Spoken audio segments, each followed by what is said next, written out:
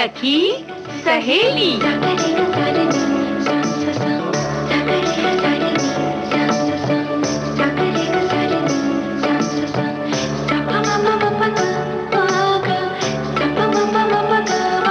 सखी सहेली।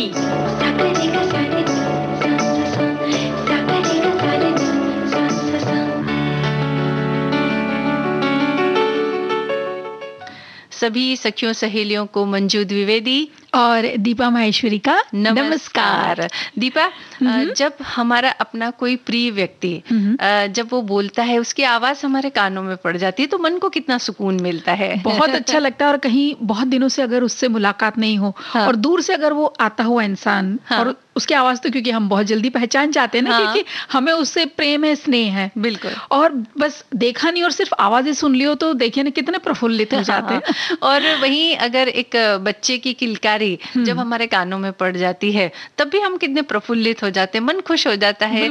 उसकी वो मतलब प्यारी प्यारी सी जो हरकतें आऊं करने की जो उसकी आवाज होती है, बस जैसे ही कान में पड़ती है तो एक प्यार की अनुभूति होती है और हमें लगता है कि जल्दी से हम उस बच्चे को गोद में उठा लें।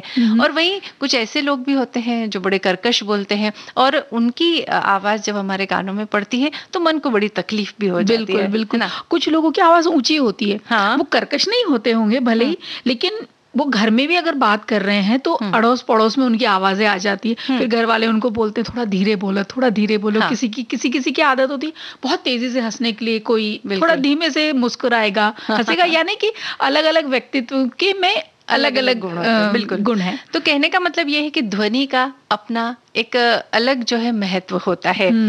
ध्वनि हमारे शरीर पर, हमारे मन पर, हमारे स्वास्थ्य पर अलग अलग तरह से प्रभाव डालती है। कुछ ध्वनियां ऐसी होती हैं जिन्हें सुन करके हम बहुत खुश हो जाते हैं, कुछ ध्वनियां ऐसी होती हैं जिन्हें सुनकर हमारे अंदर जोश पैदा होता है, कुछ ध्वनियां ऐसी भी होती हैं जिन्हें सुनने के बाद कुछ अध्यात्म की अनुभूति होती है। तो यानी अलग अलग तरह की जो ध्वनियां हैं वो हमारे शरीर पर अलग अलग तरह से प्रभाव डालती है। और ध्वनियों की उपस्थिति को हम भले ही बहुत गहरे तक महसूस ना करते हों, लेकिन ये ऐसा स्पंदन है जो हमेशा मौजूद होता है और व्यवहार से लेकर हमारी खुशियों तक सभी जगह ध्वनि महत्वपूर्ण है। कई ध्वनियां हमें प्रसन्न करती है, भले ही हमारा मन उस ओर ध्यान दे रहा हो या नहीं, पर हमारा शरीर उस ध्वनि की फ्रीक्वेंसी के हिसाब से प्रतिक्रिया जरूर करने लगता है। किसी ध्वनि से हम ऊर्जावान हो जाते हैं तो किसी से हम निराश हो जाते हैं और किसी ध्वनि से हम अपने आप को बहुत डरा हुआ भी महसूस करते हैं। बिल्कुल सही बोल रही है मंजू जी आप। जैसे अचानक कोई ट्रक या मोटरसाइकिल जोर से हॉर्न बजा देता है और हम क्योंकि तैयार नहीं उसके लिए, हाँ। तो हमारा शरीर तनाव वाला हार्मोन स्रावित करने लग जाता है, हाँ। और हृदय की धड़कन अचानक बढ़ जाती है। अगर पीछे से अगर बहुत तेजी से आवाज आ जाती नहीं, हाँ। हम घर में भी ऐसा हो जाता है, कोई पीछे से आके कंधे पे धक्का मार दे, हम डर जाते कि भाई क्या कर रहे हो ये। और वहीं बारिश की गिरती बूंदें मन को सुकून देती है, सांसों की गति मंद हो जाती है ना। एरोबिक्स क्लास या जिम में जो ध्वनि होती है वो शरीर को हरकत करने के लिए मजबूर करती है। तो योग की कक्षा में जो ध्वनि होती है वो मन की एकाग्रता को बढ़ावा देती है। यानी अलग अलग तरह की जो ध्वनियां होती है वो हमारे मन पर अलग अलग तरह का प्रभाव डालती है। हम भले ही हर ध्वनि सुनने में सक्षम ना हो, लेकिन हर वस्तु की एक ध्वनि और स्पंदन है और ये ध्वनि अनुनाद कहलाती है। वैदिक परंपरा में ध्वनि नाद कहलाती थी। नाद योग में ध्वनि न सिर्फ मानसिक बल्कि शारीरिक स्वास्थ्य को बेहतर करने में प्रयोग में लाई जाती थी। प्रकृति में भी ध्वनि मौजूद है। चिड़ियों का गान, बारिश की आवाज, पेड़ों की सरसराहट या मंत्रोच्चार से उत्पन्न होने वाली ध्वनि, ये सब बाहरी ध्वनियां हैं। वहीं हर शरीर की अपनी ध्वनि होती है, जिसे कान बंद करके, सांसों पर नियंत्रण करके, ध्यान लगा के या अनाहत चक्र पर ध्यान केंद्रित कर इस आंतरिक ध्वनि को महसूस किया जा सकता है। इसीलिए कहते हैं ना कि मेडिटेशन किया करो। मेडिटेशन का मतलब भी यही है कि आप आंखें बंद करके ध्यान को अपने मन के अंदर केंद्रित करें और मन के अंदर से जो निकलने वाली ध्वनि है उसको महसूस करें। तो यही तो ध्यान होता है। यानी बाहर भी ध्वनि है, प्रकृति में ध्वनि है और हमारे शरीर के अंदर भी ध्वनि है, अगर हम उसे महसूस कर सके तो। बिल्कुल सही कह रही हैं आप। और एक अध्ययन के अनुसार मंजू जी, हमारे दिमाग में प्रतिदिन 60,000 विचार आते हैं। इनमें से 95% पिछले दिनों के होते हैं, यानी कि पहले जो हमारे अनुभव हो चुके हैं वो होते हैं। यानी हर दिन केवल 5% विचार ही नए होते हैं। इनमें भी सकारात्मक और रचनात्मक विचारों की अगर गुंजाइश थोड़ी कमी होती है ना, क्योंकि हम उल्टा पहले सोचने लग जाते हैं। की बातों में इतने उलझे रहते हैं कि नई बातों के बारे में सोच ही नहीं पाते, और अगर सोच भी लिया तो अच्छा सोचने की गुंजाइश उसमें थोड़ी कम हो जाती है। और विचारों के नियंत्रण में ध्वनि महत्वपूर्ण हो सकती है। ओम का जो गुंजायमान होता है या नैसर्गिक ध्वनियों को सुनना, अच्छा और मधुर संगीत सुनने से ये जो 5% विचार जो कि सकारात्मक और रचनात्मक हो सकते हैं, मतलब हम कर सकते हैं। ये हम कोशिश अगर हम करें तो हमारे ही हाथ में है। यानी अपना शरीर तो देखिए अपना ही है। अब हम उसे चाहे सकारात्मक रूप में ले जाएं या कहीं, या हम हमेशा रोना धोना ही करते रहे, ये अपने ऊपर है। बिल्कुल। तो ऊर्जा को संतुलित रखने के लिए ध्वनि महत्वपूर्ण है, यही बात हम आपसे कहना चाह रहे थे।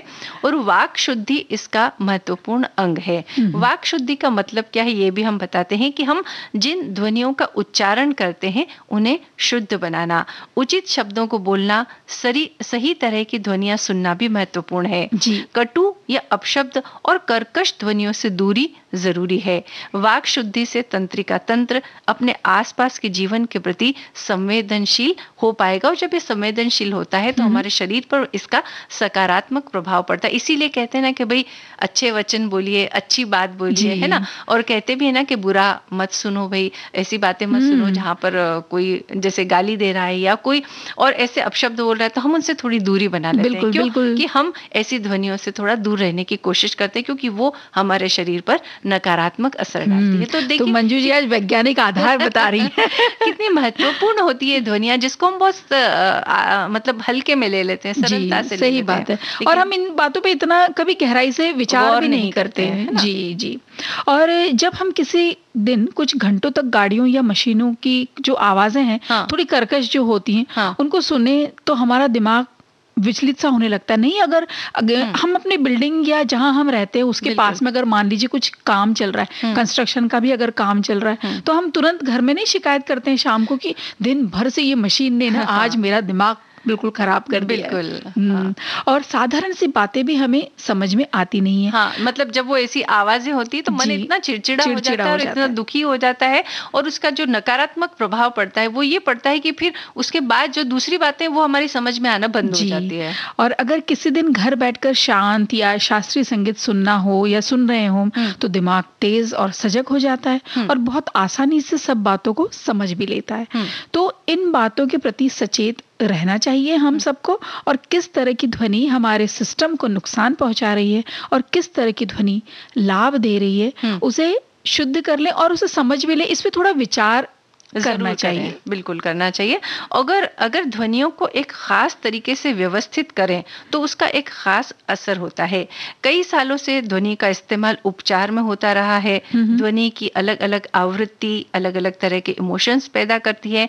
ध्वनि चिकित्सा इम्यूनिटी बढ़ाने के साथ अनिद्रा भी दूर कर सकती है। निश्चित फ्रीक्वेंसी की ध्वनि को मांसपेशियों, जोड़ों और हड्डियों तक में महसूस किया जा सकता है। यानी कि ध्वनि का जो उपयोग है वो चिकित्सा के क्षेत्र में भी होता है। यानी कितनी महत्वपूर्ण बात है। बिल्कुल। इसी तरह से जैसे म्यूजिक थेरेपी हम नहीं बोलते, वही चीज हो गई। और ध्वनि की विविधताओं को उपचार के लिए इस्तेमाल करने के मकसद से खास तरह के केंद्र भी अब बनने लगे हैं। और इन हीलिंग सेंटर्स पर ध्वनि के माध्यम से आधुनिक जीवन की समस्याओं को हल किया जाता है, जिसमें अहम है जैसे तनाव या प्रफुल्लता में कमी। आजकल सभी स्ट्रेस और तनाव में तो बहुत रहते हैं और सुस्त से भी रहने लग गए हैं। युवाओं में भी खास तौर पे देखने में आता है। हमेशा लगता है सब कुछ तो अच्छा चल रहा है, ये बच्चा इतना क्यों चुप रहता है, क्यों शांत रहता है। तो कहते हैं ना उस समय भी कि अच्छा संगीत सुनो। और इन सेंटर्स पर विशेष फ्रीक्वेंसी पर घंटियां, धातु के बोल और ये एक गाइड गॉन्ग्स होते हैं, वाद्य यंत्र होता है वो। तो उसका उपयोग करके ऊर्जा का संतुलन बनाया जाता है। यानी कि ध्वनि का हमारे जीवन में कितना महत्व है, पर हम कभी इस बात की तरफ ध्यान नहीं देते हैं। इसलिए आप क्या सुन रहे हैं, क्या बोल रहे हैं, किस तरह का संगीत आप सुन रहे हैं, इन बातों पर थोड़ा सा गौर कीजिए, क्योंकि ये हमारी शारीरिक और मानसिक स्थितियों पर बहुत असर डालती है। और तो विविध भारती के लिए तो है ना कि भाई हाँ, आवाज ही पहचान है। बिल्कुल।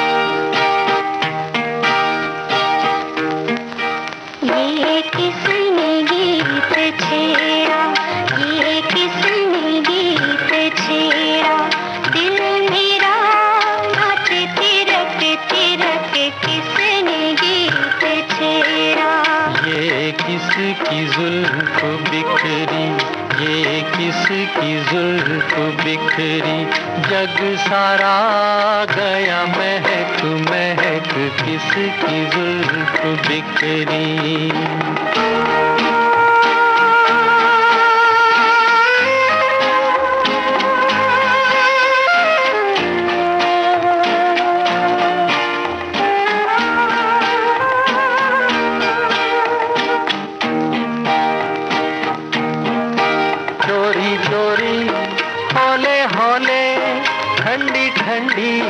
हवाएं कलियों के मुख चूमे, बगिया को दुलराए, डाली डाली जाए लटक लटक, किसकी जुल्फ बिखरी। ये किसने गीत छेड़ा, दिल मेरा नाचे तिरक तिरक, किसने गीत छेड़ा।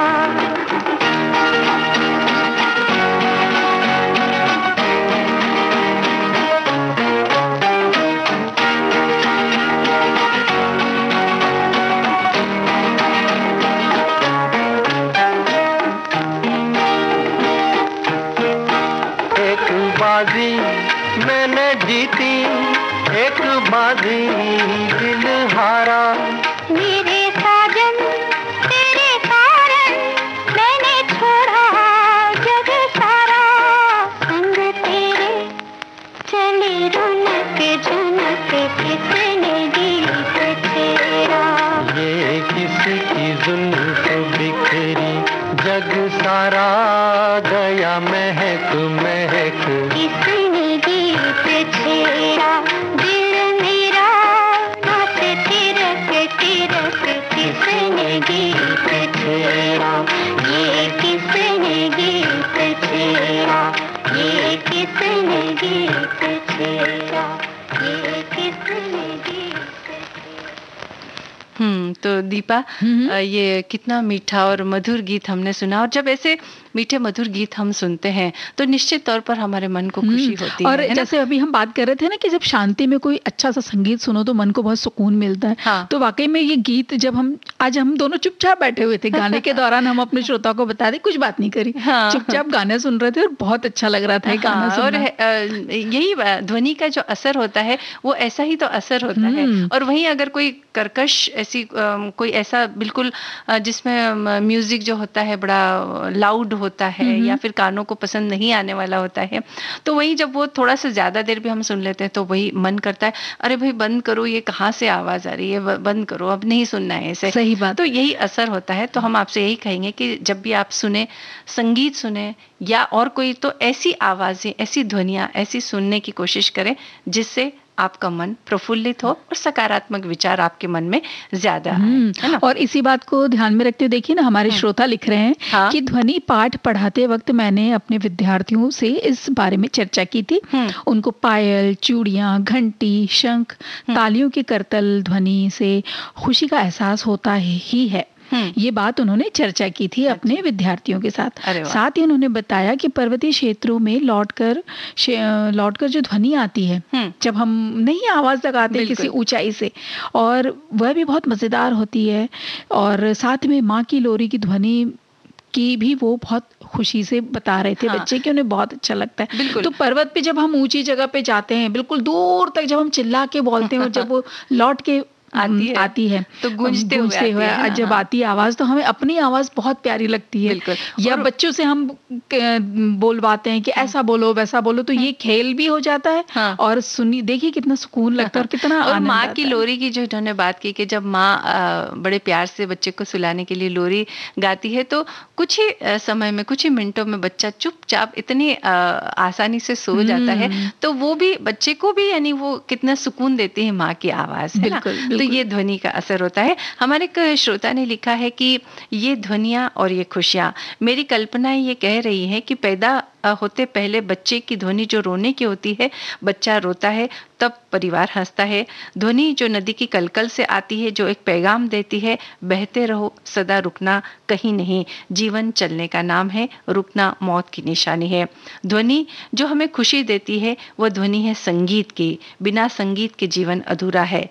कल्पना करें अगर ध्वनि ना होती तो सिर्फ होता सूनापन, और उस सूनेपन में न किसी की आवाज होती, न कोई गुंजन। ध्वनि तो कुदरत की वह नेमत है जिससे हमने अपनी आवाज को मुखर किया है, और आपने ये विषय जो लिया है इसके लिए बहुत बहुत धन्यवाद। बिल्कुल, आप सभी इतनी अच्छे हमें संदेश लिखकर भेजते हैं और अपनी मन की बातें और प्रतिक्रियाएं जब लिखकर भेजते हैं तो वो भी हमें बहुत अच्छा लगता है। उसके लिए भी आप सभी का बहुत धन्यवाद। और आज बुधवार है और बुधवार के दिन हम किसी वीरांगना की चर्चा करते हैं, उनकी बात करते हैं। तो आज हम कैप्टन नीरा आर्य की बात कर रहे हैं।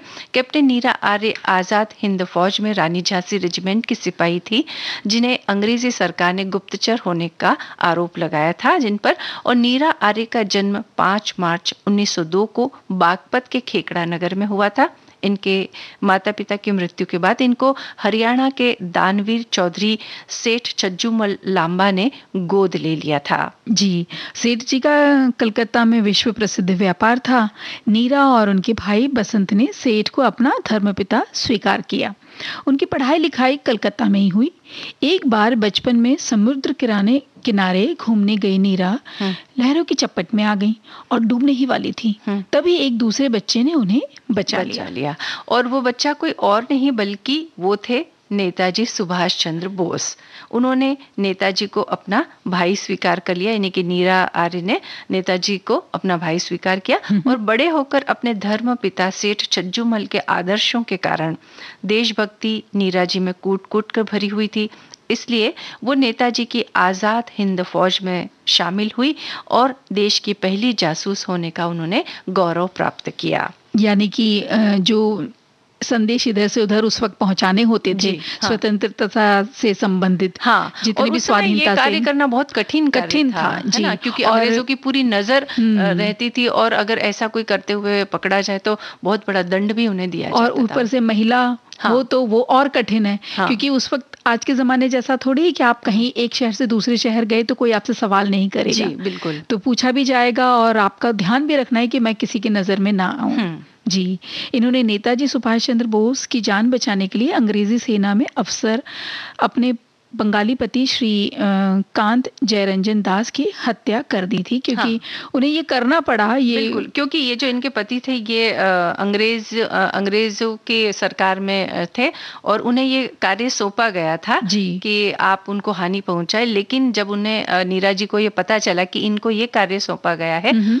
तो उन्होंने अपने पति की ही हत्या कर दी थी उस समय। तो ये सोचिए कि कितना कठिन होता है किसी भी महिला के लिए काम, लेकिन देशभक्ति के ऊपर कोई भाव होता नहीं है। तो ये सोचना और करने दोनों में बहुत अंतर होता है। लेकिन उस समय उन्होंने ये कार्य कर दिया, और उसके लिए कितनी हिम्मत की आवश्यकता होती है ये हम अभी भी सोच रहे हैं कि जब आज़ादी की बात चल रही थी तो नेताजी आज़ादी की और अग्रसर थे कि किस तरह से देश को आज़ादी दिलाई जाए, लेकिन जब उनको पता चला कि उनके पति इस कार्य में बीच में रोड़ा बन सकते हैं तो उस समय उनको अपने रास्ते से हटाने का प्रयास जो किया, और वो सफल भी रही इसमें, तो सचमुच ये बड़ा हिम्मत का काम है। जी, और आज़ाद हिंद फौज के समर्पण के बाद जब दिल्ली में मुकदमा चला तो सभी बंदी सैनिकों को छोड़ दिया गया, लेकिन कैप्टन नीरा को पति की हत्या के आरोप में काले पानी की सजा सुना दी गई, जहां इन्हें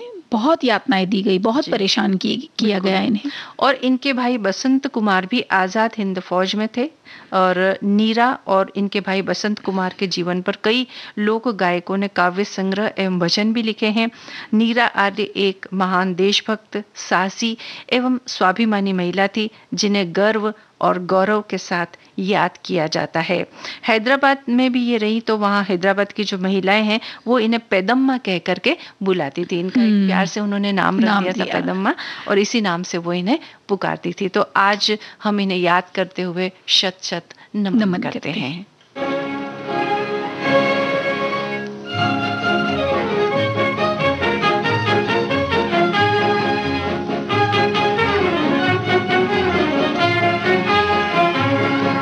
वतन की राह में वतन के नौजवान शहीद हो, वतन की राह में वतन के नौजवान शहीद हो। पुकारते हैं ये जमीन आसमां शहीद हो, पुकारते हैं ये जमीन आसमां शहीद हो। वतन की राह में वतन के नौजवान शहीद हो।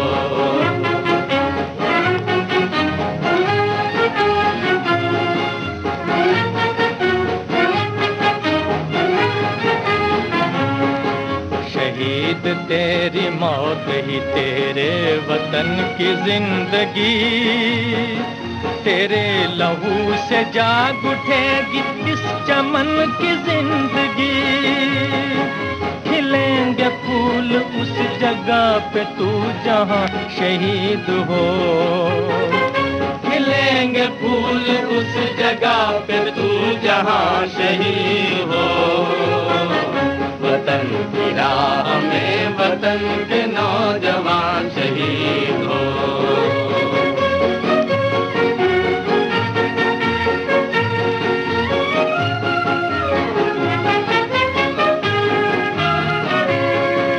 गुलाम उठ वतन के दुश्मनों से इंतकाम ले, इन अपने दोनों बाजुओं से खंजरों का काम ले।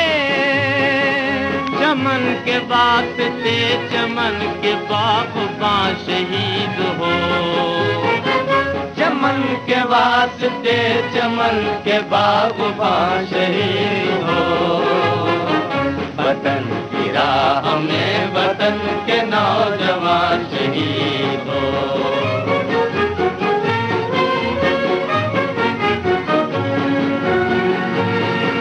पहाड़ तक भी कांपने लगे तेरे जुनून से, तू आसमां पे इनकलाब लिख दे अपने खून से।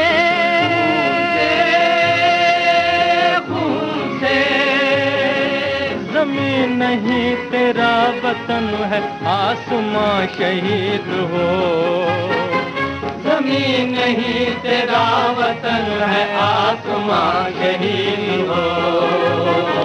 वतन की राह में वतन के नौजवान शहीद हो, वतन की राह में वतन के नौजवान शहीद हो।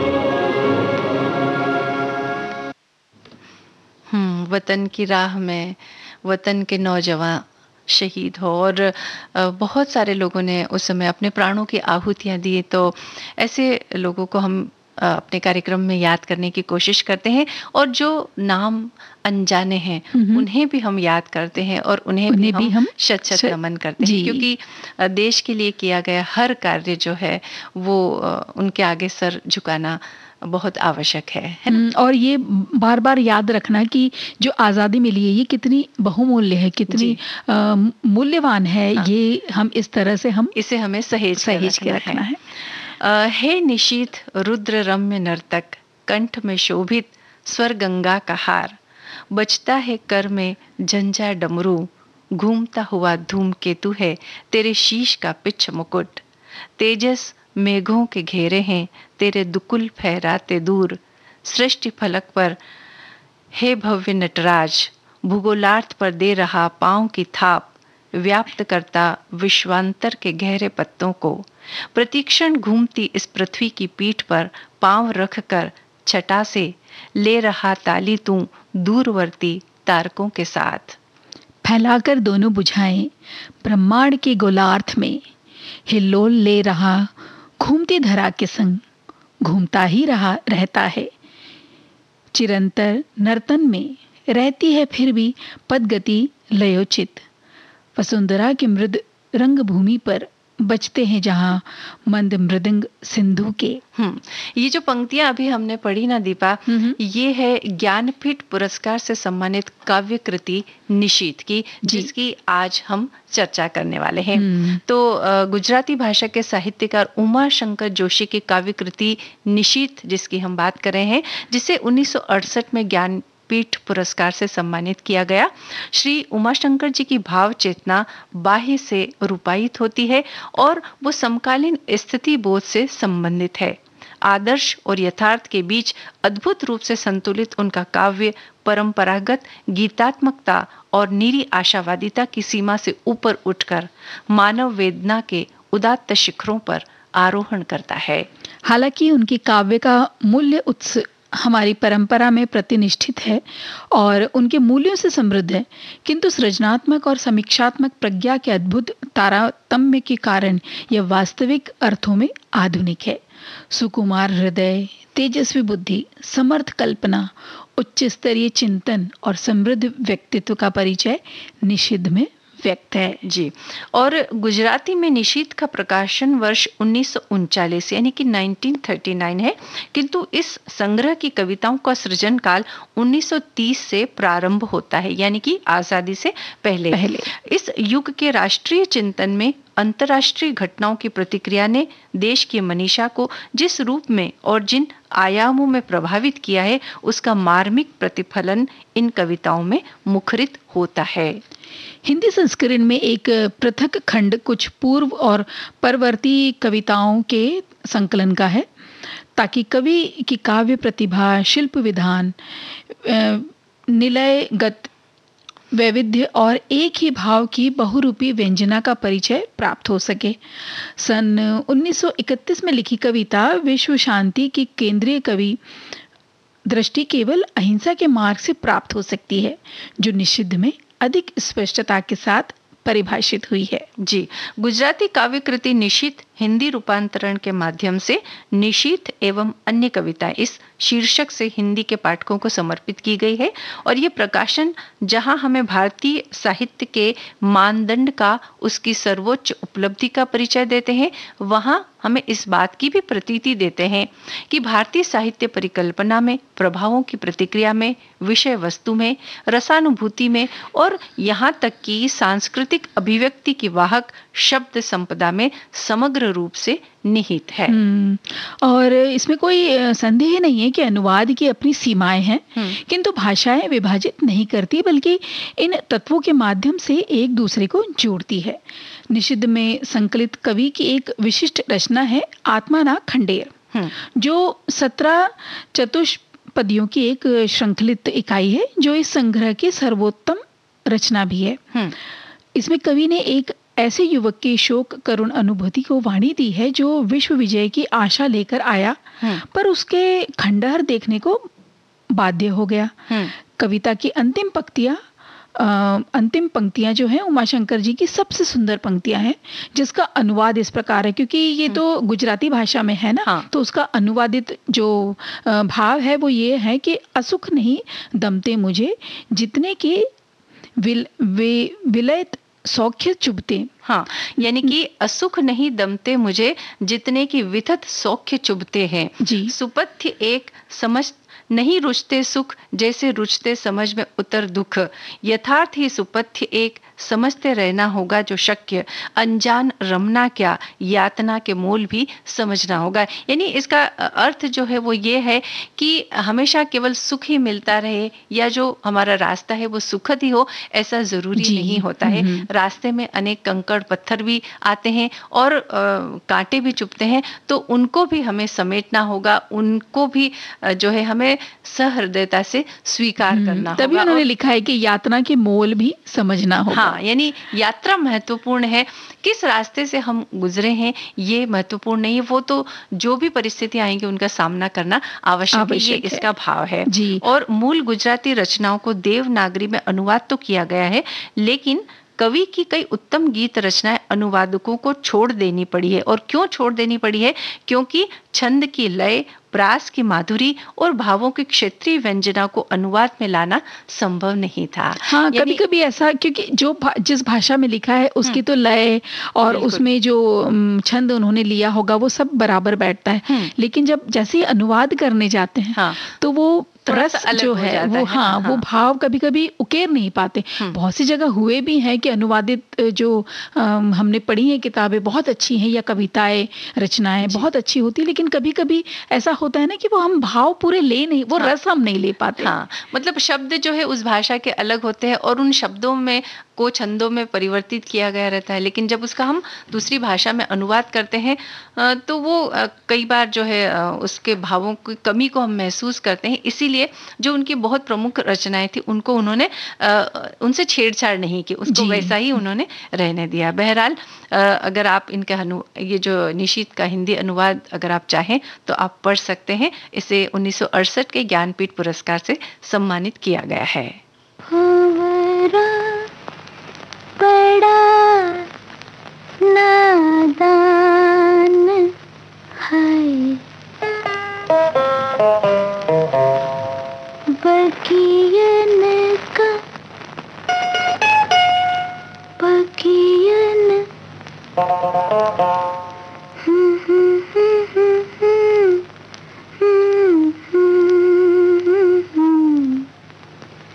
बकियन का मेहमान है, फिर भी जाने ना जाने ना जाने ना कलियन की मुस्कान है।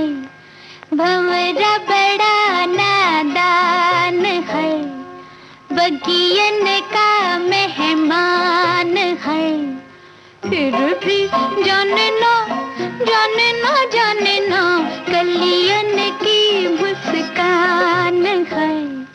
भंवरा बड़ा नादान।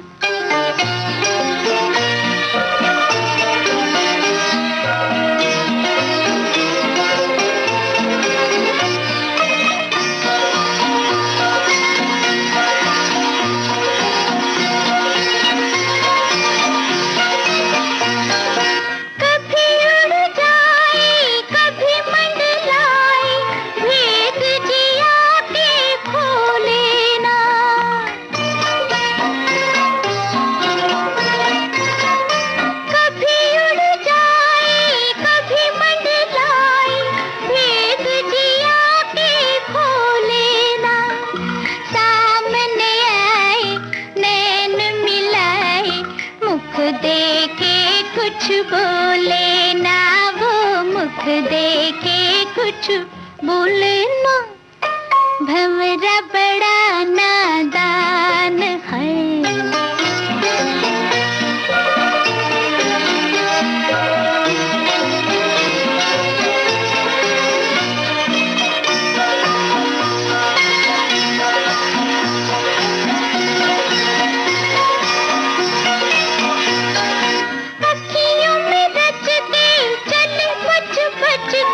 जैसे हो कोई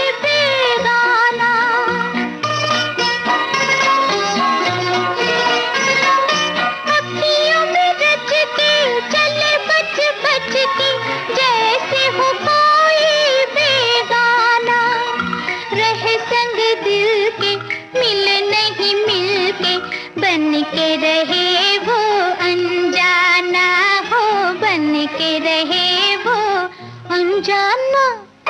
भंवरा बड़ा नादान है।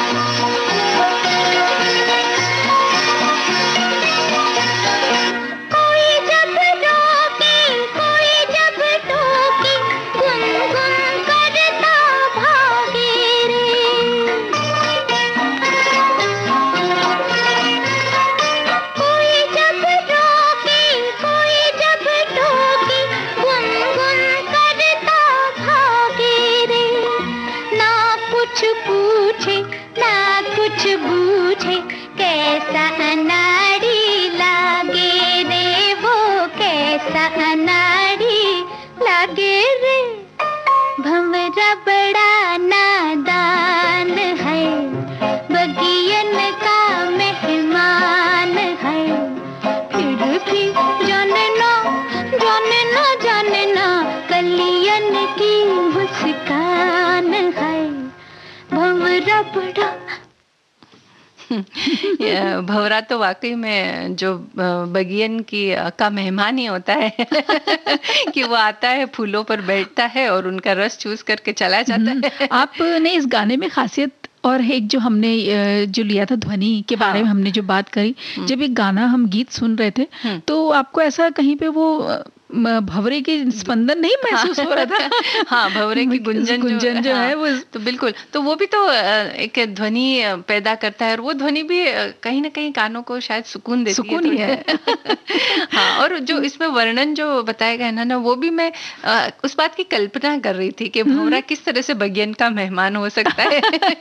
इतने सारे फूल लगे हुए हैं और वो हर फूल पर जाकर के बैठता है और उसका रस चूसता है और वहां से चला जाता है। तो वाकई में उसकी तो अच्छी मेहमान नवाजी हो ही जाती है। बिल्कुल।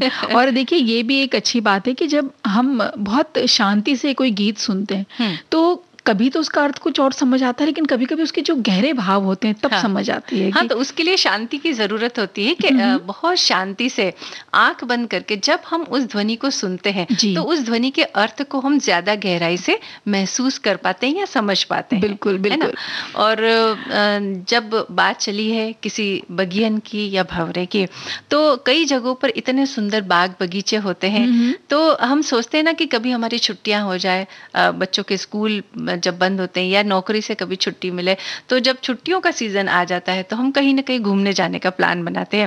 और उसमें भी खास तौर से लोगों की पसंद अलग अलग होती है। कोई प्राकृतिक नज़ारों को देखना ज्यादा पसंद करता है, कोई ऐतिहासिक धरोहरों को देखने में ज्यादा रुचि रखता है, या किसी और का कोई और विषय हो सकता है। कोई पहाड़ों पर जाना पसंद करता है और किसी को ऐसा लगता है एक ही जगह रहें, आराम से रहें, या किसी को ऐसा लगता है किसी नदी के तट के किनारे बस हमें कोई ऐसी जगह पे रहे जहाँ आराम से नदी की वो जो कलकल बहती नदी की जो आवाज है वो सुनते रहें, और फिर सामने ही हमारा घर हो, जब मन चाहे तट पे किनारे पे पहुंच गए, वापस अपने जो रूम है उस पे आ जाएं। तो अलग अलग लोगों की अलग अलग पसंद। और लेकिन दीपा एक बात कहूँ तुम्हें, जब हम कई लोग साथ में जब हम घूमने के लिए जाते हैं, कुछ लोगों को घूमने में बहुत ज्यादा उनको रुचि रहती है और वो ये सोचते हैं कि यात्रा के दौरान जितने भी दृश्य उन्हें दिखाई दे रहे हैं उन्हें आंखों में कैद करके रख लें, अपने दिमाग में संजो करके रख लें। और वो बड़े दिलचस्पी के साथ में, चाहे आप ट्रेन में बैठे हो, चाहे आप बस में बैठे हो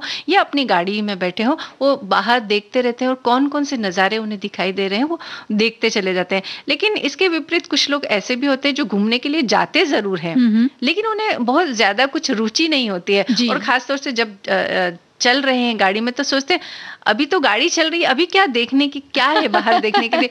वो गाड़ी अपनी चल रही है आराम से और वो इस बात के लिए झगड़ा जरूर करते हैं कि आगे की सीट पर मुझे बैठना है, लेकिन जब आगे की सीट पर बैठ जाते हैं और आराम से वो सोते रहते हैं। तो यानी वो यात्रा तो करते हैं लेकिन उसका पूरा आनंद वो नहीं लेते हैं। लेकिन अगर ग्रुप में मंजू जी, कोई एक व्यक्ति ऐसा हो तो कोई बात नहीं, उनको आगे की सीट दे दीजिए और अगर वो सोना चाहते हैं सोने दीजिए। लेकिन जो उत्साहित रहते हैं, जैसे आप कह रहे हैं कि जिन्हें बहुत पसंद आता है कि हम चलती गाड़ी या ट्रेन हो जिसमें ये अपनी अपनी गाड़ी हो, उसमें बैठ के वो देखें हम सारे नज़ारे, तो सच में जितना हो सके हमारा मन यही कहता है कि इसे कैद कर लो। या हम नहीं, कहीं हम जैसे ऐसी जगह पे जाते हैं जहाँ बहुत बर्फ हो, हाँ, ऐसे पर्वतीय स्थल पे जाते हैं जहाँ बिल्कुल सब जगह बिल्कुल सफेद बर्फ ही बर्फ होती है। हम नहीं है, जब हम बच्चे हम गए थे जब, तो हमारे मम्मी पापा यही कहते थे इसे महसूस कर लो खूब अच्छे से, क्योंकि तुम्हें ताउम्र आज तो हम ले गए, आगे चल के तुम आ पाओ ये तुम्हारा भाग्य कि तुम वापस इस जगह आ जाओ, और तो इसको महसूस कर लो और इस जगह को बोले खूब अच्छे से अपने आंखों में कैद कर लो। हाँ, और मुंबई जाने के बाद ऐसी बर्फ दिखाई नहीं देगी। बिल्कुल सही कहा। यात्राएं हमें बहुत कुछ सिखाती है दीपा, और बहुत कुछ जानने का अवसर होता है, बहुत कुछ सीखने का अवसर होता है, बहुत कुछ संजो लेने का अवसर होता है, और ये बात हमें अपने बच्चों को भी जरूर सिखानी चाहिए। और बचपन से ही जब इस बात के बीजारोपण अगर उनके अंदर किए जाएंगे तो आगे जाकर के वो इन बातों को महसूस कर सकेंगे, महसूस भी कर सकेंगे और उस चीज को अमल करने की भी कोशिश करेंगे। चलिए, हमने तो, या जो भी माता पिता हैं उन्होंने अपनी तरफ से जो सीखा समझा, जो अनुभव लिया, वो अपने बच्चों को सिखा दिया, लेकिन उनको ये समझ में आएगा कि हाँ, हमने ये, हमारे पेरेंट्स, हमारे माँ बाप हमको लेकर आते थे, तो हम चलो हम एक जगह तक गए हैं तो हम उसके आगे कुछ नई जगह देखें, अब हम अपने माता पिता को वापस लेके चलें या नई, उन्हें भी नई जगह। बिल्कुल। और पर्यटन स्थलों की जो यात्राएं हम करते हैं वो किसी जगह को जाकर के केवल छू कर आ जाएं या फिर 10-20 तस्वीरें हम खींच लें तो इससे यात्राएं पूरी नहीं होती है ना। दरअसल हम सफर के लिए ढेरों तैयारियां करते हैं, हर चीज को 2 बार जांचते हैं कि ये रखा कि नहीं, वो रखा कि नहीं। हाँ, लेकिन ये तो है। हाँ, लेकिन एक जो सबसे जरूरी तैयारी होती है उसकी तरफ हमारा ध्यान नहीं जाता है, जो कि जाना चाहिए, है ना। और वो क्या है? वो तैयारी है सीखने और अनुभव लेने की तैयारी। तो अब सबको लगेगा ये सीखने और अनुभव लेने के लिए क्या तैयारी करनी, भाई जाना ही तो है, जाकर के देख लेंगे।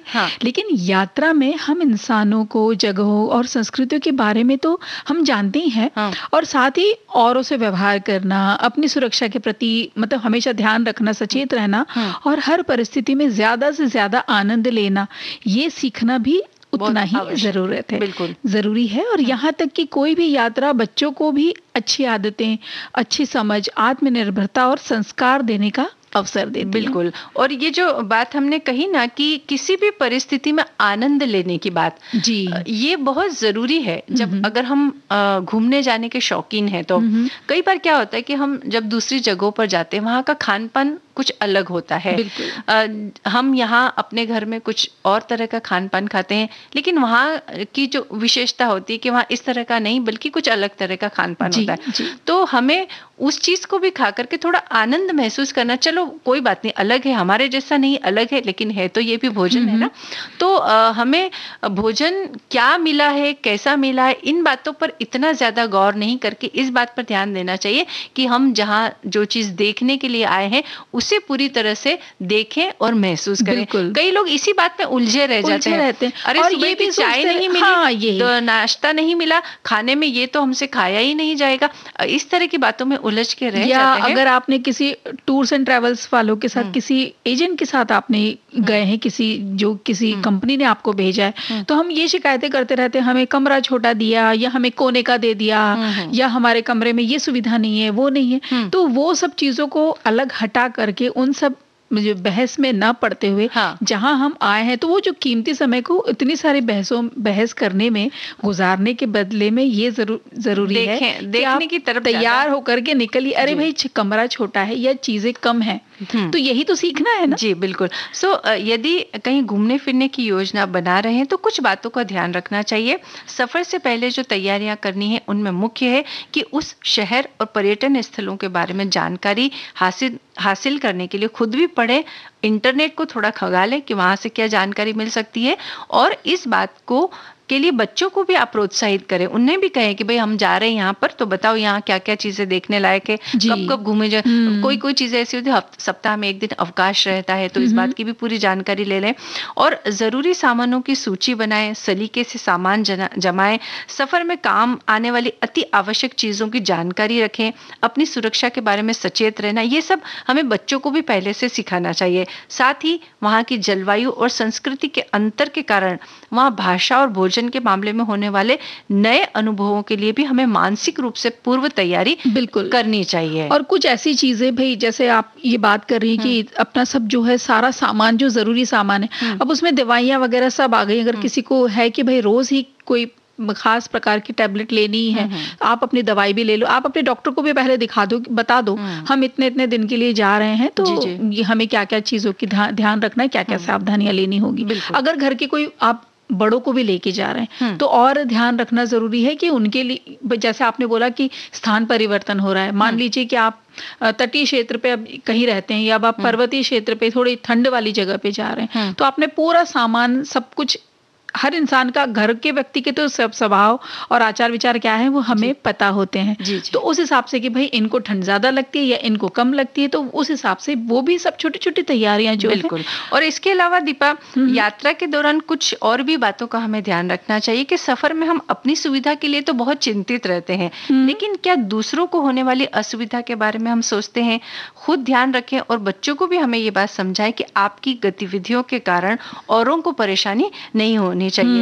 हम कई बार ऐसा ना कि रात ट्रेन में जा रहे हैं, रात के 11 बज चुके हैं, अब सामने वाली बर्थ पर कोई व्यक्ति जो है वो सोने की कोशिश कर रहे हैं, लेकिन हम हंसी ठट्टा, जोर जोर से बोलना या फिर गाना बजाना और अंताक्षरी, ये सब तो होता ही है। तो लेकिन इसकी वजह से दूसरों को परेशानी नहीं होनी चाहिए। ये भी बात हमें यात्रा के दौरान सीखने की होती कि अन्य लोगों के साथ सामंजस्य किस तरह से स्थापित करें। इस बात की जानकारी भी खुद को रखना और बच्चों को समझाना जरूरी है। तो यात्रा में ये छोटी, हाँ, ये बहुत ज्यादा सीखने लायक है, क्योंकि और अगर ना भी कोई मानता हो ना अपने समूह में, ग्रुप में, तो उसको एक बार ये जरूर बोल दो, भाई अगर तुम अकेले जा रहे होगे तो तुम्हें कैसा लगेगा। क्योंकि देखिए ये चीज हमारे साथ भी हो जाती है। हमें पता है कि हम अकेले हैं तो हमें शांति चाहिए और हम वक्त पे बिल्कुल सो जाना चाहते हैं, लेकिन जब हम बहुत सारे लोगों के, अपने परिवार के साथ जा रहे होते तो हमें मस्ती मजा बहुत करना होता है। तो ये छोटी छोटी बातें हैं जिनका हम ध्यान रख सकते हैं। उसके अलावा साफ सफाई की बात को भी समझना होगा। जहाँ खाए वही गंदगी छोड़ दी, ये नहीं होना चाहिए। बहुत अच्छा नहीं लगता है, ये बुरी सी आदत है। अजनबियों से बात करने का कैसा सलीका हो, अपने बच्चों को भी ये सिखाना चाहिए किस तरीके से बात करना है, अनजान लोगों से किस हद तक निकटता बनानी चाहिए, ये भी समझाना जरूरी है।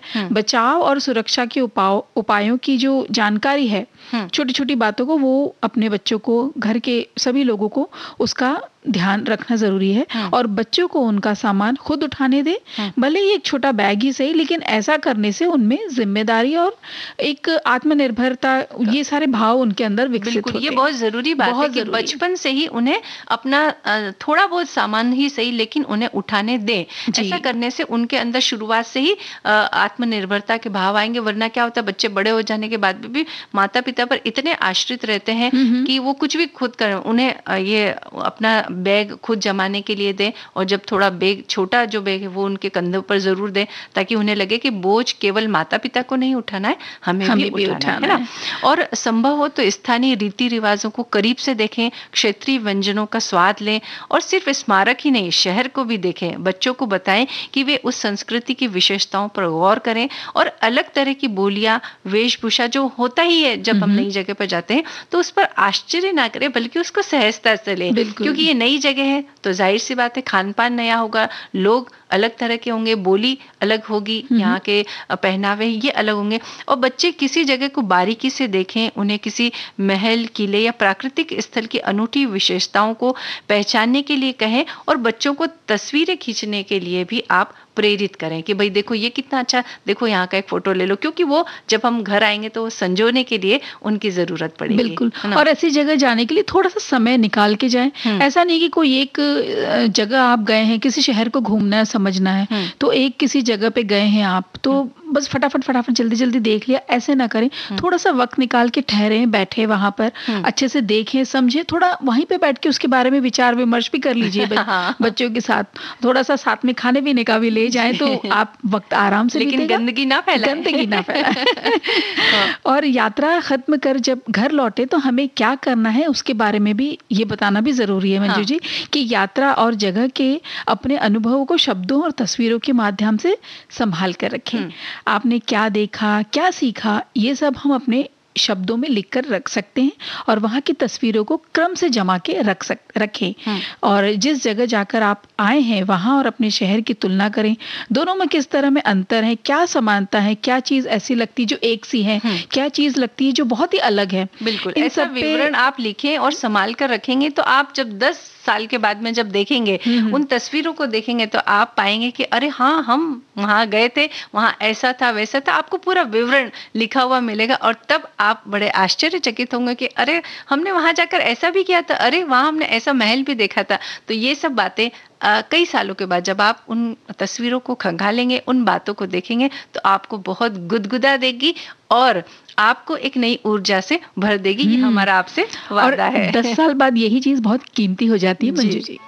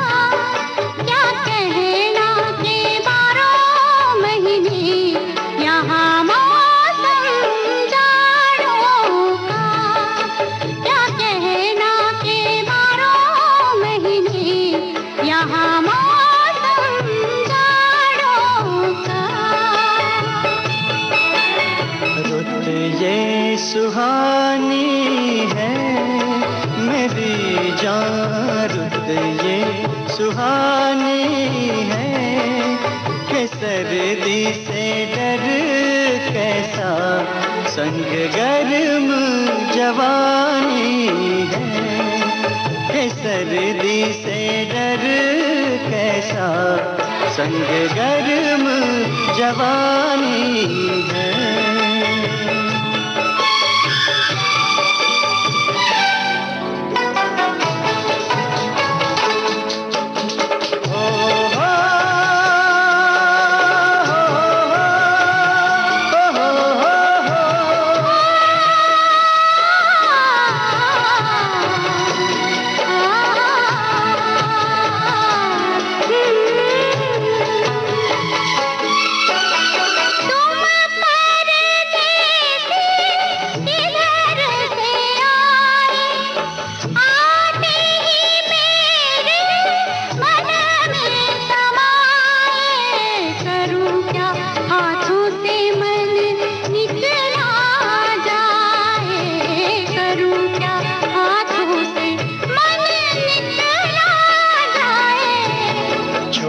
छोटे झरने हैं कि झरनों का पानी छूके कुछ वादे करने हैं।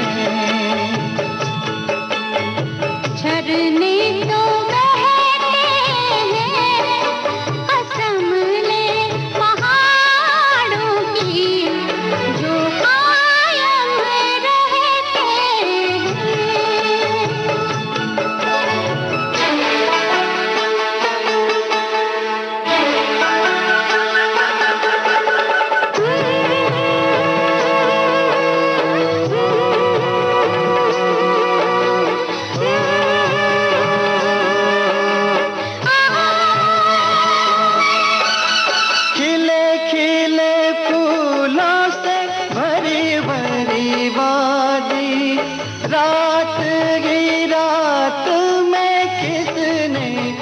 सजादी लगता है जैसे यहाँ अपनी हो शादी, लगता है जैसे यहाँ अपनी हो शादी।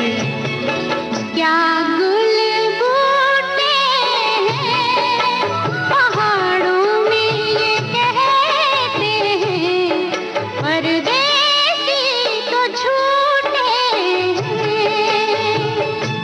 हो हाथ है हाथों में, ये रास्ता कट ही गया इन प्यार की बातों में।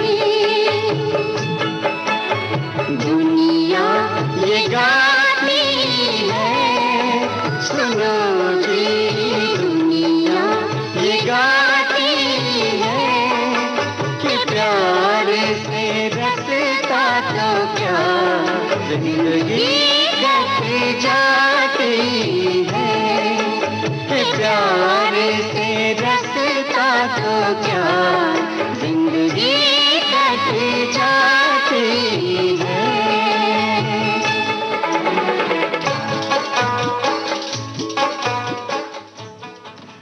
तो ऐसा लगा हमने पहाड़ों की यात्रा कर ली है ना।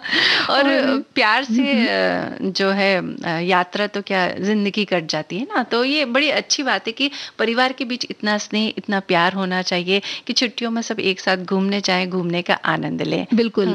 और जब जाएं तो वहाँ का स्थानीय भोजन, जैसे हम पहले बता रहे थे अपने हाँ, श्रोताओं वो जरूर खाएं, तो जरूर खाएं और टेस्ट करके बताएं कि वहाँ कुछ अलग था, कैसा था। और हम कहीं घूमने के लिए तभी जाएंगे जब हमारा स्वास्थ्य अच्छा हो। सबसे पहली शर्त होती है कि आप स्वस्थ होने चाहिए, क्योंकि अगर स्वस्थ नहीं होंगे तो आप घूमने का पूरा आनंद नहीं ले पाएंगे। इसीलिए हम थोड़ी स्वास्थ्य की भी बात करते हैं ना। तो स्वास्थ्य की जब बात आती है तो सबसे पहले हमारे दिमाग में खान पान की बात में एक कि सलाद खाना सबसे अच्छा होता है ना। सब कहते हैं सलाद खाया करो, सलाद खाया करो, हाँ, वजन कम हो जाएगा। बिल्कुल। अरे पर कैसा हो सलाद, कैसा खाना चाहिए, ये जानकारी अगर किसी के पास कम है या और जानकारी लेना हाँ, और चाहते हो, जानकारी हम भी उस पर थोड़ा सा इजाफा कर देते हैं। तो क्या है कि सलाद को हम खाने का सबसे हल्का और अच्छा विकल्प तो मानते हैं, और हमें लगता है कि नाश्ते या रात के खाने के समय सलाद खा लिया तो सेहत के लिए अच्छा उपाय है। लेकिन सलाद तैयार करते समय हम उसमें कुछ ऐसी चीजों का भी इस्तेमाल कर लें, कुछ उसको अच्छा, टेस्टी, ज्यादा मजेदार बनाने के लिए कुछ ऐसी भी चीजें उसके अंदर डाल देते हैं जो सलाद को हल्का और फायदेमंद होने के बजाय भारी और नुकसानदायक भी कर देता है कई बार। तो नतीजा ये होता है कि सलाद जैसी चीज भी कैलोरी से भरपूर हो जाती है और वो वजन घटाने की बजाय कई बार वजन बढ़ा देती है। तो क्या ध्यान रखना है, कौन सी चीजें नहीं डालना है, थोड़ा सा हम इस बात पर थोड़ा सा प्रकाश डालते हैं। अभी किसी किसी के घर में क्रीमी ड्रेसिंग्स बहुत पसंद आती हैं, तो कई बार सलाद को स्वादिष्ट बनाने के लिए हम उसमें बहुत सारे क्रीमी मेयोनीज टाइप कह लीजिए कि वो ड्रेसिंग हम डाल देते हैं और उसमें मेयो या फुल फैट क्रीम मिला देते हैं और इससे सलाद फैट से भरपूर हो जाता है। और सलाद के फायदे नहीं मिलते, बल्कि कई बार हम उसमें बहुत सारी चीज के टुकड़े भी डालते हैं सलाद में। इनका इस्तेमाल सलाद को हेल्दी फूड रहने नहीं देता। अगर चीज का इस्तेमाल करना ही है तो फैट चीज का, लो फैट वाली जो चीज है उसका इस्तेमाल करें ताकि अधिक वसा खाने से बचा जा सके। यानी उसकी पौष्टिकता बरकरार रहे। अगर आप बहुत सारी ऐसी फैट वाली चीजें डाल देंगे तो वो फिर हल्का फुल्का नहीं रह जाएगा, सलाद नहीं रह जाएगा, बल्कि वो कुछ और हो जाएगा। और कई बार हम सलाद में क्रूटॉन्स भी डालते हैं ना, सलाद को क्रंची बनाने के लिए। क्रूटॉन्स यानी कि ये क्या होता है, जो ब्रेड के टुकड़े होते हैं उनको हम थोड़ा डीप फ्राई कर देते हैं ऑयल में, तो वो अगर बीच बीच में आते हैं तो एक क्रंची बड़ा अच्छा सा टेस्ट देते हैं। तो टेस्ट तो अच्छा होता है, लेकिन इनका सलाद में जाना कतई सेहतमंद नहीं माना जा सकता। ज्यादातर क्रूटॉन्स जो होते हैं वो सफेद ब्रेड के बने होते हैं, यानी कि इसका मतलब ये हो गया कि आपने मैदा भी खा लिया सलाद के साथ में। तो इस तरह से सलाद वो हेल्दी नहीं रह जाता है, बल्कि वो अनहेल्दी हो जाता है ना। और इसी तरह क्रंची और टेस्टी बनाने के लिए मंजू जी इसमें टॉर्टिला चिप्स या कोई भी अलग तरह के चिप्स भी डाल देते हैं। असल में ये तले हुए होते हैं जो भी बिल्कुल भी फायदेमंद नहीं है। और ये सलाद में, सलाद कह रहे हैं जब हम, तो उसमें कुछ तला हुआ नहीं डालना चाहिए। और कई बार सलाद में ग्लेज्ड नट्स की टॉपिंग भी देखी जाती है। ग्लेज्ड नट्स क्या होते हैं ये भी हम बताते हैं आपको। देखो कि सूखे मेवों के ऊपर शक्कर और कुछ अन्य पदार्थों की ऐसी परत चढ़ाई जाती है जिससे उन नट्स के अंदर थोड़ी सी चमक आ जाती है। और ये ग्लेज्ड नट सलाद में मिठास लाते हैं और सलाद को क्रंची भी बनाते हैं, लेकिन ये फैट और कैलोरी से भरपूर होते हैं। तो इसलिए अगर आपको करना ही है इस्तेमाल तो क्या करना है कि सादे जो रोस्टेड नट्स होते हैं वो डालिए ताकि उनकी पौष्टिकता बरकरार रहे। तो इस वैसे हमारे बहुत सारे श्रोताओं ने लिखा है दीपा कि वो सलाद में ककड़ी, गाजर, टमाटर और अंकुरित अनाज और इस तरह की चीजें बना करके वो नट सलाद का उपयोग करते हैं। तो उन सब श्रोताओं को हम बहुत बहुत धन्यवाद देते हैं कि उन्होंने सलाद के बारे में हमें काफी अच्छी जानकारी लिखी और यात्राओं के बारे में भी उन्होंने हमें बहुत सारी बातें लिख करके भेजा है। और एक ने लिखा है कि मैं पिछले 2 साल से घूमने नहीं गई, तो अब जो ये माहौल बन रहा है तो इसकी वजह से हम कहीं जा नहीं पा रहे। तो अगर हम छोटी छोटी बातों का ध्यान रखेंगे, जो निर्देश हमें दिए जा रहे हैं, लेकिन दीपा अब घड़ी की तरफ भी देखो, उसका भी ध्यान रखो क्योंकि समय अब पूरा होने को है। तो आज का कार्यक्रम हम यहीं समाप्त करते हैं। आप सभी को मंजू द्विवेदी और दीपा माहेश्वरी का नमस्कार।